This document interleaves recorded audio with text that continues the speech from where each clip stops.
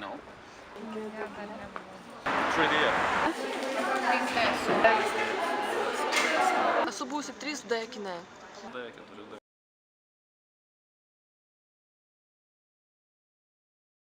Not specific. It has sometimes in action-oriented scenes, it has, but for the rest of the movie, if it's always in 3D, it's... Asmeniškai nelabai. Gal aš per tokius nelabai kažkokius gerus mačiau. Tiek, kad įdomiau, bet tik tai vieninteliam kartui. Vienintelis panašumas yra tas, jog kada nepripranti prie to, kol dar nepripranti prie to akinių, tau atrodo, jog tu vis dar dalyvauji tame veiksme. Ta aplinka, visas siužetas, tarsi tai vyksta su tavimi. Jeigu užsidedi 3D akinius, žiūrėjai 3D paveiksliukus kompiuteryje, tau irgi atrodo, jog tu esi toj pačioj aplinkoje.